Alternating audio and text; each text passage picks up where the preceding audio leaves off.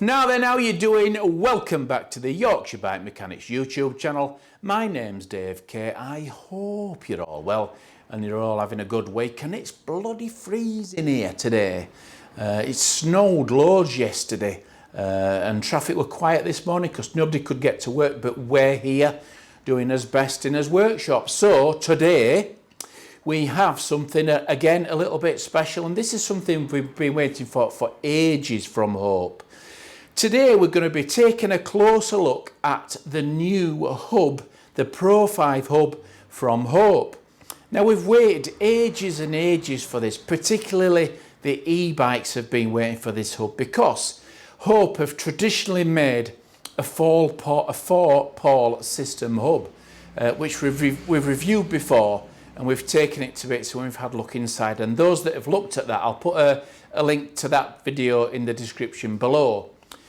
But those that have watched that, you'll see that the Hope hub is a brilliant hub. It always has been and it always will be. But I've personally felt that it's been lacking in the amount of engagement and the strength that e-bikes need in today's market. So on the 1st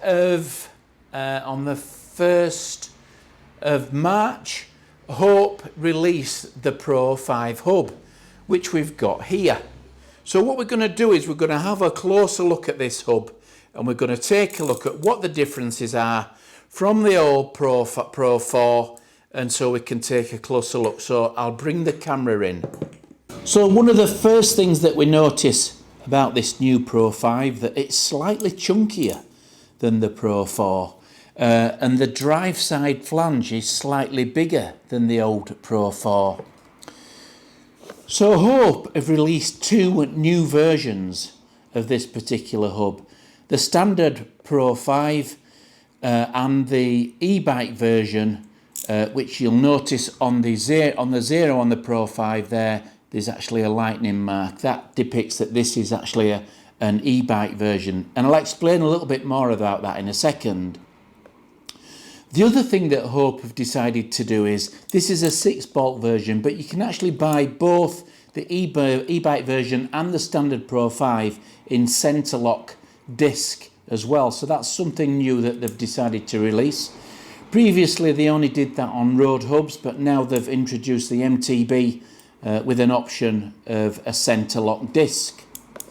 The free hub body on this electric e-bike hub is steel, okay? So the main differences between the Pro 4 and the Pro 5, and this is the big difference really, is the amount of engagement that you're actually getting compared to the Pro 4. Now there's 6 poles in here in the e-bike version. There's 6 poles in the normal Pro 5 as well. But on the e-bike version, all 6 poles engage at the same time. Now that's a brilliant feature for e-bike wheels, because you spread load over those 6 poles over the previous 4, which they only had in the Pro 4. So that's a massive difference, and it will also make the hubs last much longer because there's less stress and load on the poles. The springs have been improved as well. There's less movement on the springs. I don't know whether you've experienced this in the past, but on the old Pro 4s you actually got quite a lot of fatigue on the springs. So let's take the free hub body off of this and we'll have a quick look at what's going on inside. So we'll take the end cap off, if I can pull that off. There we are. And we'll take this little black seal off here. Okay, we'll put that to one side. And you can see the labyrinth seal here, this green seal. On the inside, just as really tiny, it's very difficult to actually see. But you can actually see a little black O-ring there. That wasn't there on the Pro 4. So we've obviously got a little bit more weather seal on that area there, which is also a massive improvement. So we'll see if we can take this free hub body off. There we are, okay. So we'll take the labyrinth seal off there, And if we've noticed also, the labyrinth seal comes off much easier than what it did on the Pro 4. And that makes less restriction on the free hub body. So that's another massive improvement that they've made. So if we can look here, we can see there's 6 pawls in this particular free hub body. Now if we can see inside, obviously the ratchet ring's much bigger as well. So we'll just bob this back in and we'll just drop it in its place. And if I carefully, I don't know whether you can see that, but you might be able to see the pawls engaging there. You can see that there. You can see each particular pawl engages at the same time, spreads the load much evenly over the whole free hub body than over 4 pawls.